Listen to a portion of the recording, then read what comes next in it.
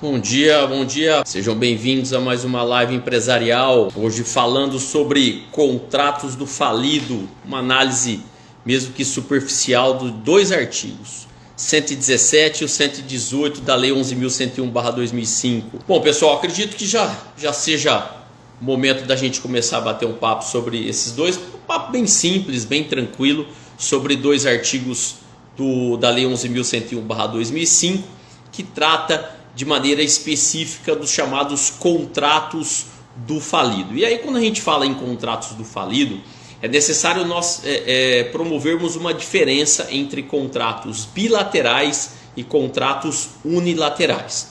O artigo 117 da Lei 11.101/2005 trata dos chamados contratos bilaterais. Ou seja, o que são contratos bilaterais? São aqueles contratos que envolvem direitos e obrigações recíprocas entre as partes. Então, um contrato de compra e venda, um contrato de prestação de serviços, enfim. É um contrato que envolve obrigações recíprocas de parte a parte, tanto do contratante como também do contratado. Já o artigo 118 da Lei 11.101/2005 trata dos chamados contratos unilaterais, ou seja, contratos que repercute numa obrigação apenas uma das partes. E aí tem três exemplos bem claros para vocês. Primeiro, o contrato de doação, o contrato de mandato e também o contrato de depósito. Então, o 117 trata de contratos bilaterais e o artigo 118 trata de contratos unilaterais. Então, o artigo 117 da Lei 11.101/2005 fala o seguinte: os contratos bilaterais, então aqueles que envolvem direitos e obrigações recíprocos entre as partes, não se resolvem pela falência, ou seja, eles não são rescindidos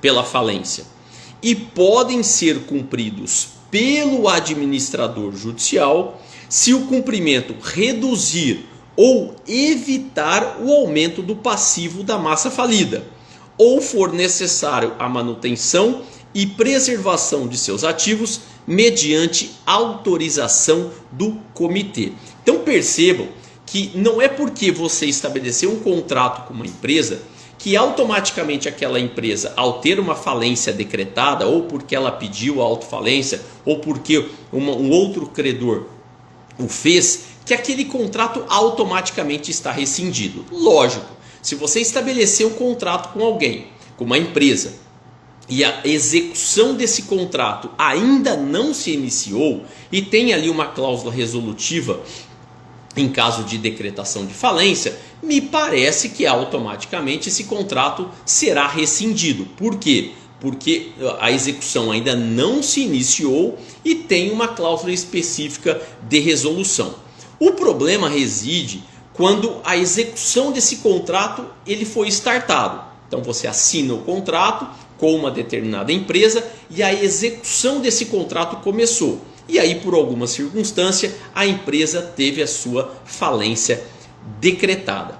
Esse contrato ele só vai continuar, e aí logicamente do ponto de vista pelo administrador judicial, que vai ser a pessoa que vai representar a massa falida, esse contrato só vai ter continuidade se a continuidade desse contrato for benéfica para a massa falida, na forma do artigo 117 da Lei 11.101/2005. Então, repito, o contrato só vai ser mantido se o administrador judicial entender que a manutenção desse contrato, que a continuidade desse contrato trará benefícios para a massa falida.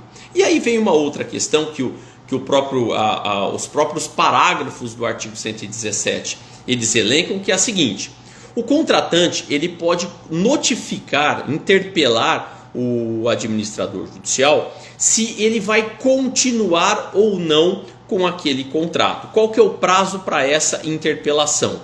No prazo de até 90 dias após a assinatura do termo de nomeação por esse administrador judicial. Então você vai ter que pegar o termo de nomeação daquele AJ, contar aí dentro do prazo de 90 dias e promover uma interpelação basicamente perguntando para aquele administrador judicial: olha, nós fizemos um contrato, eu fiz um contrato com essa empresa hoje falida, quero saber de você que hoje você é o representante da massa falida.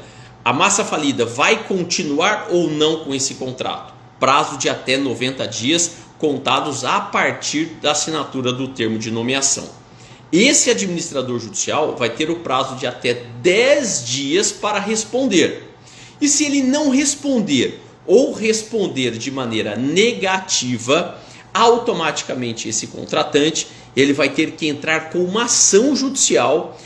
Vou dar um exemplo aqui para vocês, ok? Uma ação de rescisão de contrato, cumulada com perdas e danos, cumulada com uma multa, enfim, ele vai pleitear a rescisão daquele contrato com as consequências em razão dessa rescisão do contrato, e depois de obter uma sentença judicial transitada em julgado, aí ele vai pegar essa sentença e vai habilitar na falência na qualidade de credor quirografário. Então percebam a dificuldade que vai existir quando você estabelecer um contrato, seja esse contrato bilateral, seja esse contrato unilateral, 117 e 118 respectivamente, artigos 117 e 118, com uma empresa que futuramente tem a sua falência decretada. Então com isso a live tratou de maneira específica de hoje de dois artigos, do artigo 117 e do artigo 118, que tratam respectivamente dos contratos bilaterais e dos contratos unilaterais do falido. Pessoal, um grande abraço para vocês, uma excelente quarta e até quarta-feira da semana que vem.